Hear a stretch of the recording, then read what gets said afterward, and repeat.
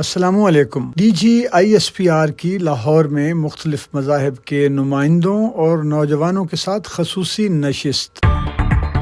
شرکاء نے D G I S P R کا پرتپاک استقبال کیا۔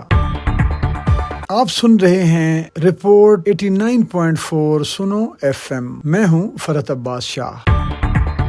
لیفٹیننٹ جنرل احمد شریف نے آپریشن بنیان مرصوص میں پاک افواج کی کامیابی کو پوری قوم کی اجتماعی کامیابی قرار دیا۔ پوری قوم بلا کسی مذہبی امتیاز کے ہر مشکل اور ہر دشمن کے سامنے سیسا پلائی دیوار کی صورت کھڑی ہو کر فتح یاب ہوتی ہے، D G I S P R نے کہا۔ ان کا کہنا تھا کہ پاکستان میں بسنے والے تمام مذاہب کے لوگ تاریخ، قومی نسب العین اور حب الوطنی کی بدولت یک دل اور یک جان ہیں۔ D G I S P R نے کہا، پاکستان ایک امن اور ترقی پسند ملک ہے اور بین المذاہب ہم آہنگی ہماری قومی طاقت کی اساس ہے۔ دشمن کو ہماری قومی یکجہتی اور اتحاد کی وجہ سے اپنے مذموم مقاصد میں ہمیشہ مایوسی کا سامنا ہوگا۔ جنرل احمد شریف نے کہا کہ وطن عزیز کے روشن مستقبل کے لیے نوجوانوں کا کردار سب سے اہم ہے۔ اس خصوصی نشست میں طلباء و طالبات نے آپریشن بنیان مرصوص کی تاریخی فتح پر افواج پاکستان کو خراج